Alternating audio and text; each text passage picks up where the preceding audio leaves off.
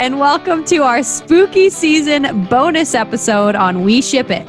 Yep, since it's October, we wanted to do a little bonus episode with a fun theme. So today we have brought on Antoinette as our awesome guest to discuss our favorite spooky romances. Who will take the prize as our top spooky couple of 2020? Listen to find out.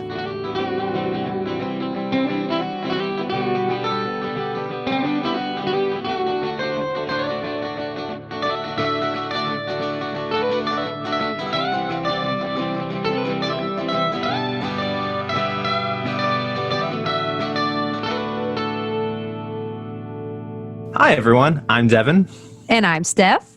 And welcome to our fun, bonus, spooky season episode. As you know, we usually pick one couple to dissect and analyze per episode, but today we have invited a fun guest, and we are going to be listing our top 6 spooky romances of all time. And then we will battle it out to see whose pick is the spookiest.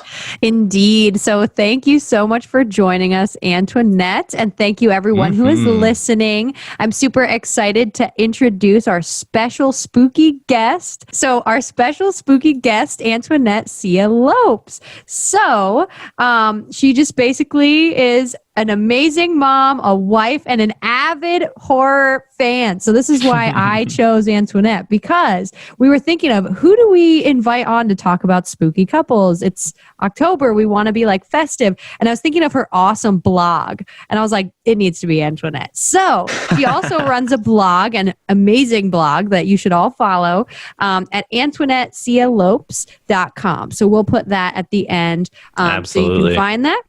And it's about everyday happenings, but it's really cool. It's all about music and just good living. And also there's a bunch of stuff about horror in there too. So you go, Antoinette.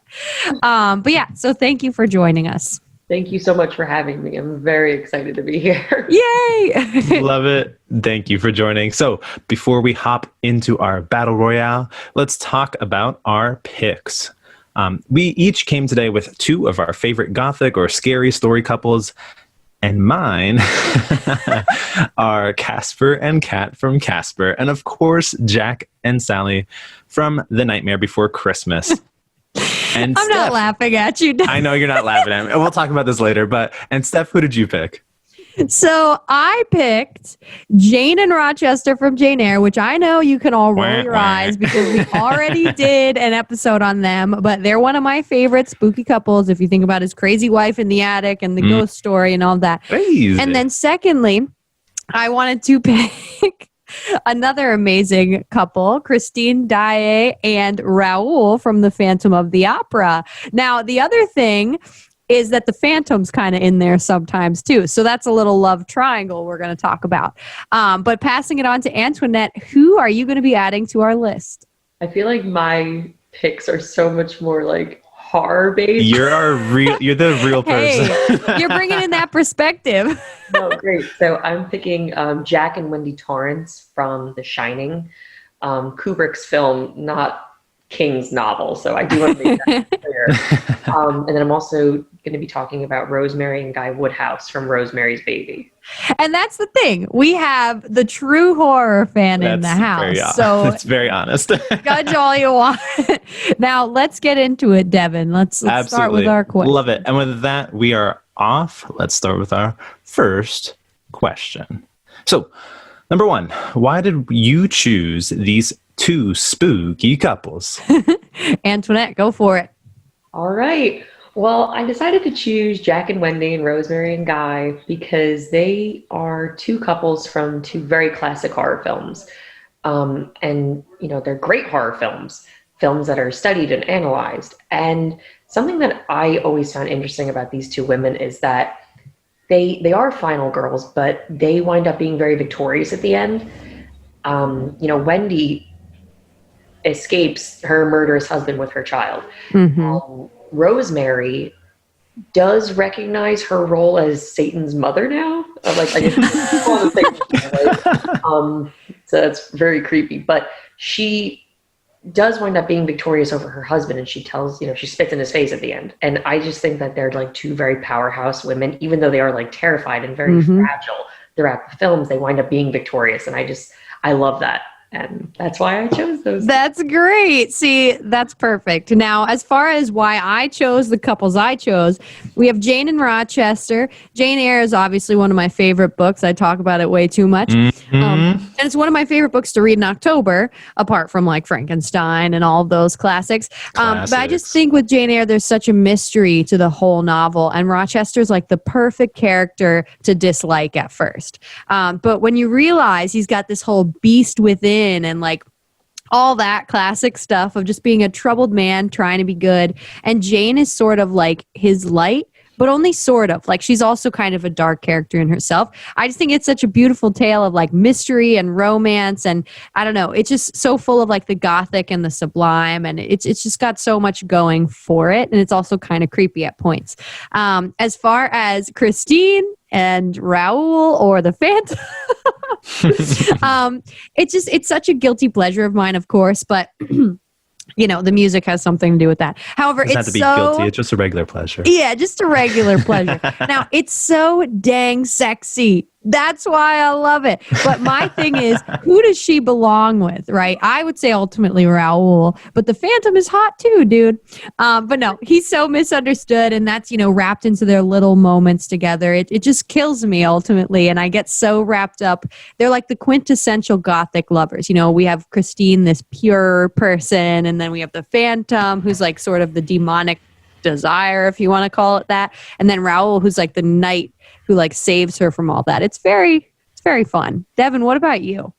Yeah, they were definitely up for debate for me as well. I had a list and I was like, I really want to talk about them. Yeah. And then you said that you want to talk about them. And I was like, fine, you can have them. I'm going to take them off my list, which is fine. No, it was great.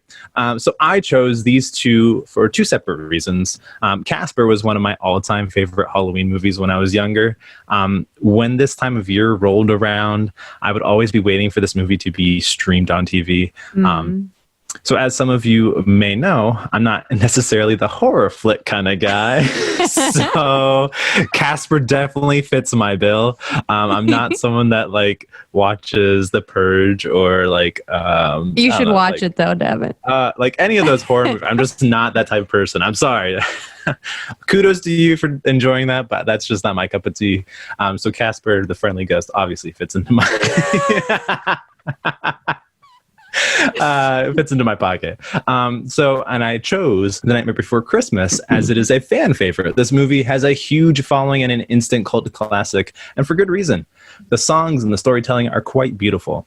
I still remember watching this film with friends at college, and we're all crowding around a laptop while we're sipping coffee and tea. And it's honestly just like a modern day Halloween and Christmas classic. Mm-hmm. It really is. I find it really interesting that both of you chose a musical. That is true. Like I said, judge us all the way. But Devin, I think it's really intelligent that you guys went beyond, you know, just film or, you know, I guess, narrative, right? So I was surprised. I'm like, wait a minute, she did the Phantom of the Opera, which is actually my favorite musical, by the way. There you go. Nice, well, there are definitely dramatic elements of things that are added when you're adding music like that, and I think it adds to that sort of dramatic gothic sense of things. That's why I love Phantom so much. That's what's really cool about horror movies in general, is that the music plays a huge role in setting the scene. Like we hear, I forget that one. What's the one flick? I don't remember, but like you hear the spooky music in the background. You're like, I know what the movie that is, even though like I've never watched it before. I know that movie. Like even with Jaws, like Donna, like it takes you to that scene in the movie. Like it's crazy. So music is huge. But moving on to question 2. So what is it about each of the couples you chose that are good or bad in terms of a relationship? I'll start off. So what I love about Casper and Kat is that we as viewers really get to see this relationship develop. They go from complete strangers to these cute heartthrobs in the course of the film. And they learn to conquer fears and encourage each other to follow their dreams. They are outcasts in their own realms, and they find each other by befriending each other. The only downside is that we as viewers know it won't last, as Casper isn't really exactly alive. So that's probably a downfall for sure. Jack and Sally, while their relationship might not be truly fleshed out as some might like, they are a Halloween power couple. They balance each other out and support each other through their wildest dreams or struggles. Jack is the impulsive dreamer, while Sally is the sensible realist. They center each other. In addition, Sally also supports Jack in his eccentric ideas, even when she doesn't agree with him. She loves him even at his worst or when he fails. However, in Jack's rediscovery of himself, he loses himself and neglects the care of Sally, who just wants him to notice her. Sally's love could also verge on the side of obsessive, as she falls in love with a famous person who barely knows she exists. So there's like a little bit of a struggle there with me acknowledging their relationship as wholesome and good.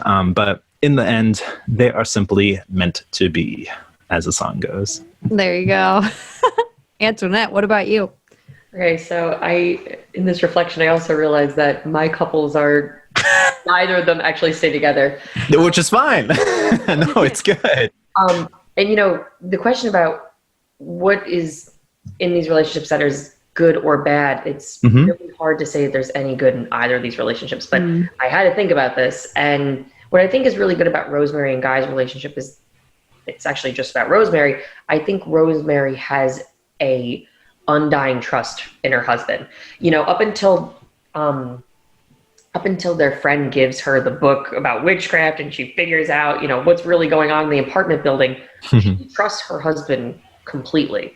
Even so much so that she's upset, but she even brushes off the fact that Satan, slept with her while she was knocked out. So, I guess that's a good aspect. In regards to Wendy and Jack is really willing to do anything for his family. I mean, he definitely has his downsides. He pulled his son's shoulder out of place when he was younger. But, the fact that Jack is willing to go to the secluded hotel just to make ends meet over the winter, he is a hardworking family man. In regards to what's bad about their relationships, well, again, Guy allows Satan to rape his wife to further his acting career. So you really don't get any worse than that. No.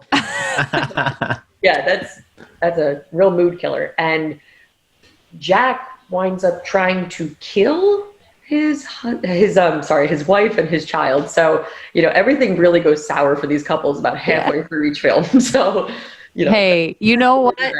That's the whole point of these flicks is kind of questioning the motives behind all these people. Right. But absolutely. So as far as what's good and bad about my couples, I would say Jane Eyre, obviously the two of them are flippin' passionate, no doubt, but they're also weird.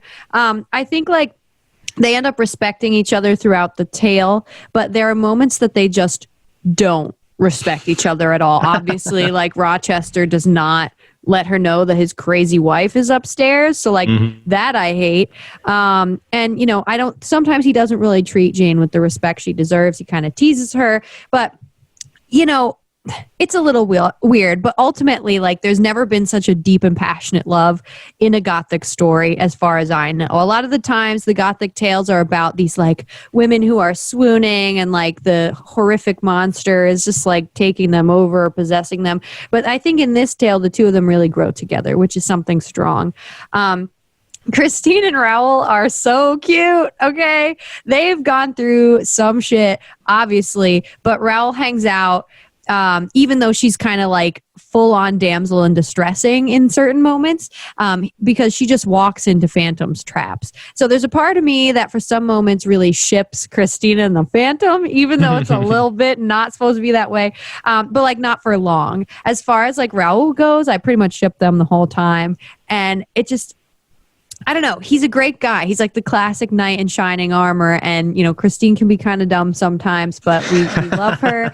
And she's kind and gentle. And that purity really contrasts the evil of the Phantom. No, and I agree. It allows Raoul to come out as this really courageous, lover almost. And I love that. I think it's a great little moment that they add to the Phantom, especially at the end when they're I'm going to talk about this later. But when he saves her from the Phantom. Oh my gosh, I was too excited. But yeah, Hold your horses, Steph. I can't. All right, with that, we're going to move forward. So, what are your favorite and least favorite moments among your couples?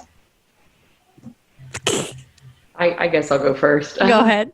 So my favorite moment of Guy and Rosemary's relationship, and again, it's my favorite moment of the film, and it's not a good moment, but it's and where she spits in his face. I know I talked about that previously, but she finally has ownership of herself, and throughout her entire pregnancy, she had no autonomy over anything that was going on. And at that point, she regains herself, and she recognizes, even though she's completely horrified that she gave birth to the spawn of Satan, she recognizes her mother, and she takes charge, right? It's that taking charge of motherhood, and she has that. And I loved that moment of power for her. My least favorite moment is probably the scene where, the cult is standing around and Satan and her are about to conceive the child. And I hate that part because you see how willing her husband is to allow that to happen. There really doesn't seem to be any hesitation there. And that is, obviously he doesn't love her, right? My favorite moment between Jack and Wendy, again, not a very good moment. There's two of them. When she's swinging the baseball bat and he's kind of, he's going up the stairs, kind of coaxing her, telling her that he's going to bash her brains in. And then obviously the famous scene with him, taking the axe and chopping the door down. Great. What a hero. Right. Like, these are wonderful, horrifying scenes. In regards to my least favorite moment of their relationship, it's honestly something about you remember that scene in The Shining where she makes him breakfast? And she brings it down the corridor and he's eating the eggs with the bacon obnoxiously. I don't know why, but this scene upsets me. That is wonderful. It's his job. That's awesome. And he's sleeping in and she's making him breakfast. And I'm saying, dude, you're supposed to be at work right now. Why is your wife letting your time? It's a scene that just pisses me off. Love that. There you go. Well, I mean, Jane in Rochester, like I said this before, everyone hates when she finds his wife in the attic. What are you supposed to do with that crap? But the scene just before that, when he asks her to marry him in the garden, and it's in the moonlight, it's so beautiful and spooky and weird, but also touching because they're super physical and I don't know, they're just drawn together by something. And it's such a good moment. Of course, then she finds out that he's got all these secrets and that's not great. But that's one of those moments that I was like, damn, I love it. It's burned in my memory. And then as far as Phantom goes, I don't like when Christine is in the Phantom's lair at first because I think it's pretty weird. The Phantom is kind of symbolic of giving into lust entirely. And when she's down there at first, it kind of seems like maybe she's going to lose herself in that. And then there's that whole weird scene in the movie, which I'm not actually sure if this is in the Broadway show because I've not seen it. So you can both look at me. But when she sees he has all these obsessive things about her, and then there's a full on doll that's life size of Christine. Weird stuff. I don't like that scene. But I love the ending scene when the Phantom lets her go because she kisses him and she frees him from all this pent up whatever anger, if you want to call it that. And then Raoul saves her, and it's sort of the battle of dark versus light. And it's the battle, not only that, but a battle of a man who was full of only darkness, recognizing that he can change and he can make a good choice for once in his life to let her go. It was such a moment. And, Christine is not afraid in that moment. It's just a beautiful scene that shows the power of forgiveness and the bravery of love. And that's what I love about Phantom. But there's a lot that I love about Phantom. Right. What about you, Devin, if you want to throw in your 2 cents? So I have plenty of favorites for this couple, but I'll try to give a quick list. When Casper gives Kat a peck on the cheek while she sleeps, or about when he takes her flying in the night sky, or can I not bring up the "Can I keep you?"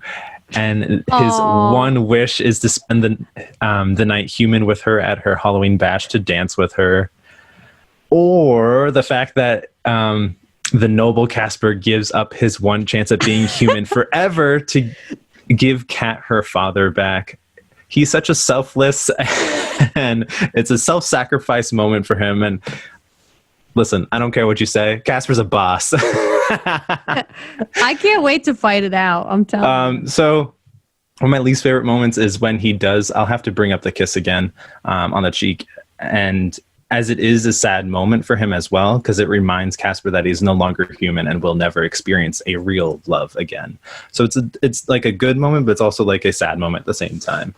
For Jack and Sally, I'll keep it kind of simple. One of my favorite all-time moments is when Jack is giving his lament in the graveyard and he's pouring his heart out about wanting more in life, and Sally is secretly listening in and feeling for this dude, and she relates to him on a deeper level. It's just so sweet, even if he doesn't know that she's listening in. One of my least favorite moments is when Sally is giving her own lament and doubts that Jack will ever love her the way that she loves him. She says, and quote, "And will he ever see how much he means to me?" End quote. And it's just so sad to see this poor girl yearn for this unrequited love. Luckily, it works out for her, because the whole time I'm like, can't anyone see that this poor girl needs help and is treated poorly by her maker? Like she has to like put him to sleep in order to escape and be herself. So I love it. I feel for her. I'm glad that you feel for her, Devin. Okay, next question. Yes, absolutely. What spooky characteristics do they have, and does it play into their romance? Yeah, no, I think for Guy and Rosemary, definitely, because he has the facade of a doting husband who's taking care of his pregnant wife, but really he's making sure that the child who she is growing, will be good enough to present to the satanic cult. So, and when that he goes and he talks to the neighbors, and all of a sudden he comes home, and I'm pretty sure that's when they make the deal, but you don't know what's going on behind the scenes. Right. He immediately comes in and finally he says to her, "I really want to make a baby." And she starts crying. She's so excited. All this woman wants is a child. And, that should be like a romantic, tender moment. But instead, it's actually a very dark moment. And creepy. This dark moment does play into the fake romance that's going on, which is very sad. In regard to Wendy and Jack, they don't really have a romance. They are married and they're living here, so that marriage is inherently romantic in that way. Mm-hmm. But there's no intimate scenes between them or anything like that. And I think that kind of says a lot about their romance, that lack thereof. And a lot of it is because he's kind of possessed, right? Go there, crazy. I mean, it's weird, but it's the spirits and the the Overlook Hotel itself, and just the overall ambiance of the entire setting that drives him crazy and eventually causes the demise of their relationship. Right. So I definitely think that Guy and Rosemary have a spookier aspect to their love, because it's only rooted in the satanic cult. It's only rooted in the cult. And that, in my opinion, is kind of scary. So definitely. Devin, what about you? So, I mean, Casper's a ghost, so there's your that. Also, Kat's father is like a ghost specialist. I apologize for not knowing the official terminology there, but he's a ghost specialist. So that's unusual. They are perpetually not meant to happen, as they are from two different realms, the living and the dead, and yet they do get a moment to be together of sorts. So there's that. Jack is the Pumpkin King and the all-knowing one when it comes to all things Halloween.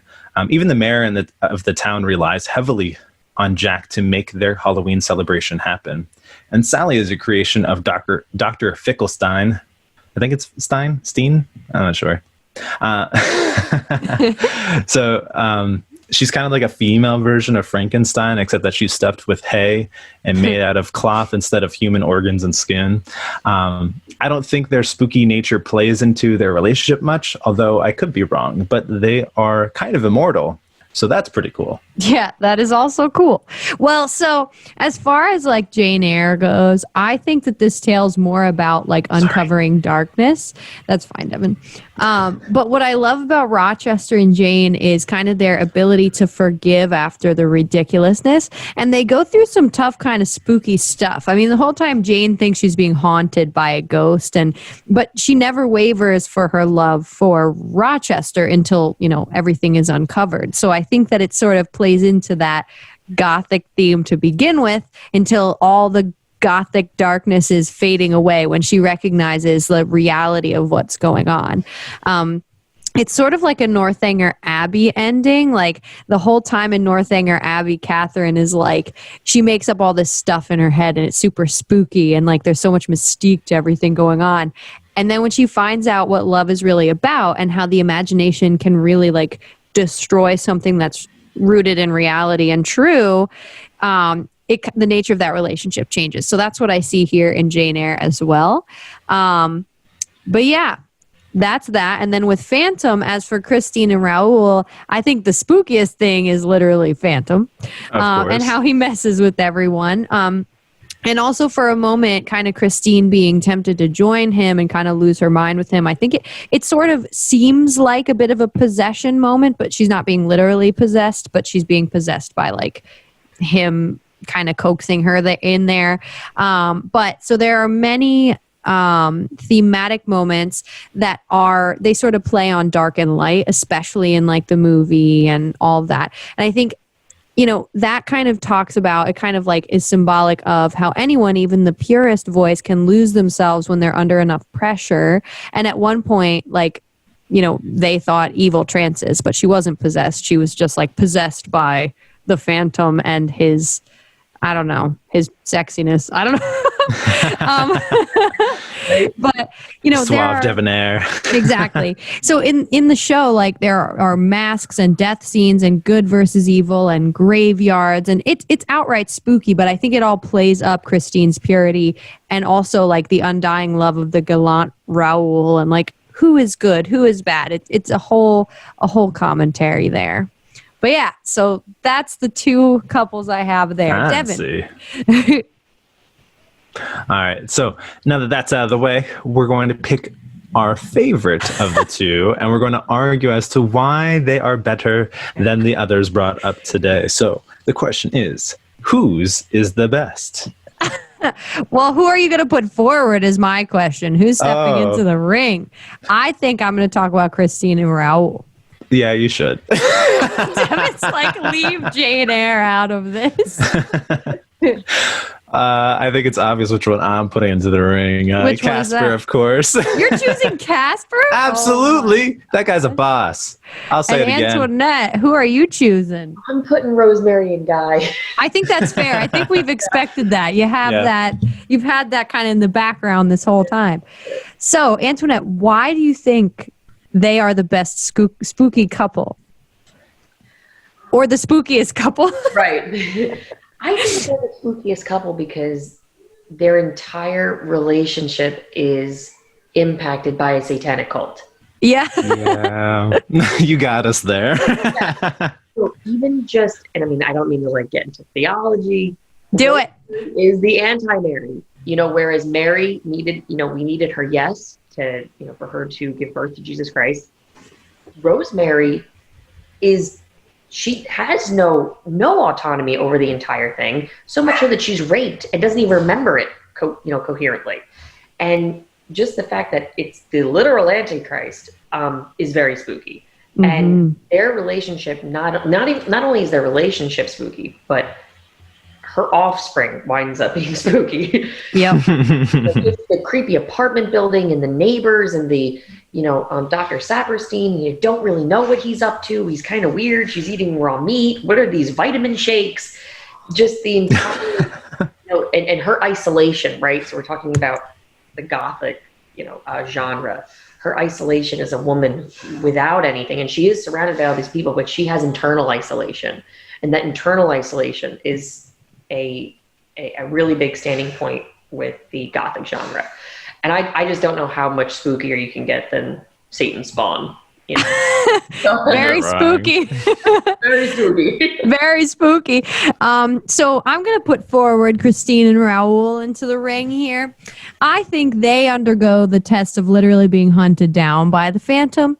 And Christine, in her purity, learns to truly love the spookiest character by letting him go and setting him free. She shows him... Oh, what are you saying? Wah, wah. Devin, get out of here. I love the Phantom. I can't help it, okay? I love him. And so she chooses, in the end, the man who's actually good for her, which is Raoul. And I think that, you know, in this story, there is drama, there is chivalry, there are demonic forces, and there's music. I think music. Yeah, I think the two of them are just one of the perfect gothic romances that stands the test of time. And then I'm going to end with this. Phantom is the longest running Broadway show. So You're not wrong. All right. I dropped the mic. You dropped it. So as I already mentioned, I'm throwing Casper in. I know it's like kind of like the most kiddiest of our couples today. But it's darn right meaningful, and I don't care what you say. I just think it's cool that he is selfless in the fact that he has this opportunity to become human again. His father created this machine to make him into a human, and instead of using that on himself, he decides to help Kat out. She already lost her mother when she was younger, so he's like, I know this is the right thing to do. I'm going to allow your father to become human again. That way you can have your father to grow up with. So I think that's awesome. He's selfless. Gotta love the guy. He's also just very sweet. Like he takes her on the the night sky flying. Yeah. No. Oh my God. And just his line, like, can I keep you? Like, come on, that's so sweet. It's very sweet, but is it spoopy? Yes. Yeah. It's not spooky, okay? I understand. I get it. But it's still cute. There are values to all of these. And their love extends mortality, so that's pretty cool. Also cool. Also cool. That's spooky. That is spooky. Very spooky. But if we're going based on spooky merits, I think Antoinette wins. She definitely does. We brought the pro out, and it was a poor... It's a poor decision. Okay, so the last question is a little bit more generic, and I just kind of wanted to ask because I love... This is like my favorite. What is it about the spooky gothic stories that pair so well with the romantic tale? Okay, so I just want to preface this with saying that the gothic genre is probably my favorite genre. Oh, yeah. Very noticeable. Frankenstein's one of my favorite books, and it was really hard not picking Frankenstein for this, but I was like, no. Oh, it's a good one, too. I love Frankenstein. I think the reason romance lends itself so well to the gothic genre is because for two things, I think. First of all, romance is sometimes inherently creepy. And I know that is, odd to say because it's supposed to be loving and sweet. But there is something very odd about undying love and devotion. Obsession is also in that realm, and so is lust. And sometimes that could become creepy. But even further than that, I think the connection between romance and the gothic genre has a lot to do with isolation. And I know I talked about that with Rosemary, but isolation is such a huge part of the gothic genre that lends itself to the sublime and all of these elements. And what couple doesn't want a weekend away, a weekend by ourselves? But what happens on that weekend, and the gothic genre, you've read gothic books, so they're either like a spooky castle, or you're on an isolated beach, or you're in a cave, right? Or if you're in the Phantom of the Opera, you're in his lair under the opera house. So all these very isolated places, when you mix romance with this kind of isolation, it sometimes gets dark. There's a darkness to romance, and I think that the gothic genre highlights those dark elements of romance that are so often ignored by popular media because, we have rom-coms and stuff, but, there's something creepy about a man who is willing to kill your fiance in a mask and take you to his lair, and I know I'm talking about the Phantom of the Opera now. That was actually a very good choice. It's very scary. It's creepy. So there you go. Very creepy. I love that. I never even thought about that. Like the commonality is isolation there. It's sort of like, why is that the human preoccupation is finding like an isolated spot? But it's also like this huge theme in the Gothic novel. That was a really good thing to bring up. But Devin, what do you think? So I think it's like the clashing of two unlike things that really draws the audience in. I mean, like spooky, scary elements and romance like shouldn't necessarily mix together. And yet something about it sparks interest. It's the unusual and the strange, and maybe the idea that if they can fall in love, then it has to be possible for me, right? So I think that's another element. But I agree. Antoinette brings up like the Gothic genre is all focused on like the darker elements of human life. We have this beautiful romance, but even romance has this darkness to it at times. So, and it's our obligation as a couple to kind of like weed away from that in our own being. So I think that's really cool. Yeah. What about you, Steph? No, I think I love what both of you said. I think what comes out of a Gothic romance, both sides of that coin deal with different sides of human passion. The Gothic kind of spooky nature of things, it frightens us and it brings us to excitement, the excitement of mystery and the dark side of our human nature. I don't know, this is different, but have you seen that political spectrum where liberal and conservative come together when they become extreme? I think that's similar to what happens when it comes to horror and the passion of romance too. When each becomes extreme, I think you get kind of similar feeling and emotion out of really diving into those feelings. A little bit of Wuthering Heights there. Hey, I was going to bring that up, Devin, dang it. But so sometimes the depth of, that darkness mirrors the passion of human romance. And these are two very extreme passions within humanity itself.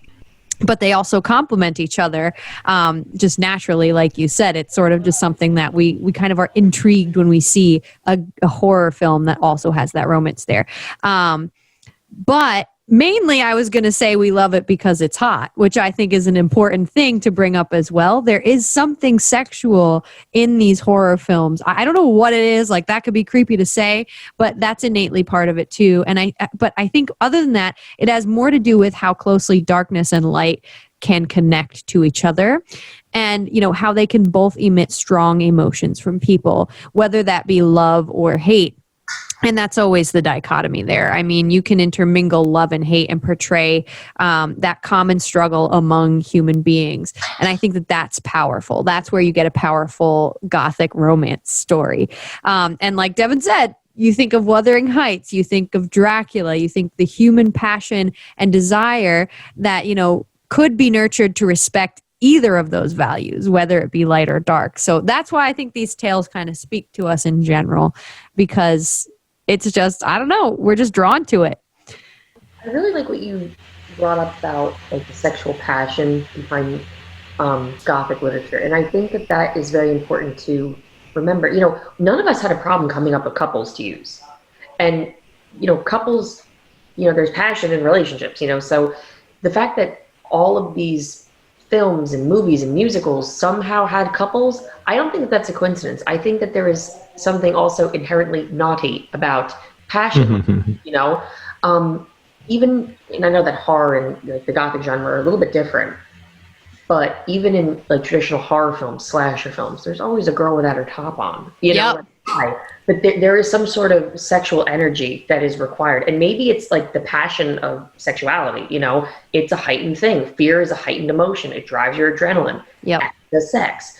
So, I think that that's a really important characteristic that you brought up, that, passion of all of these different elements, really goes well together. So, yeah, I think fear and I hate to say it as lust, but fear and lust sort of strike up the emotion to the same bar almost, which is an interesting thing.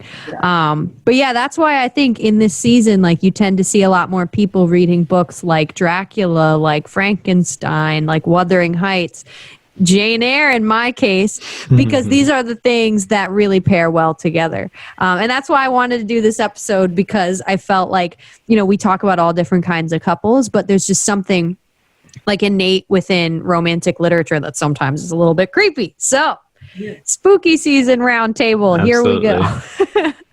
Love it. So who won? Who's next? You let us know. But for now, those are our top 6 spooky season couples. Thank you, Antoinette, for joining us for this super fun bonus episode. I loved your insight. You're just so wise about these kind of things. I know. So freaking wise. I'm glad that you joined us. But yeah, so if you guys want to follow Antoinette on her blog where she writes equally fun stuff, follow her at AntoinetteCeaLopes.com. And okay, so it's just Antoinette and then CeaLopes.com. So that is totally fun. If you enjoy the podcast, please let us know. Subscribe, rate, and review. We want to hear from you. And before we end, Antoinette, is there anything you wanted to add? I'm just really excited that it's spooky season, and I was very excited to be featured on your podcast today. So thank you for having me. Of course. Thank you for joining being us. Here. Absolutely. And yes, as we draw near the end of season 1, we are so excited to be announcing our season 2 theme and to be hearing more about your favorite ships. So email us at weshipitpodcast@gmail.com or find us on social media. Happy spooky season, y'all. Too fun. Love you all. See you next time. You all are my booze.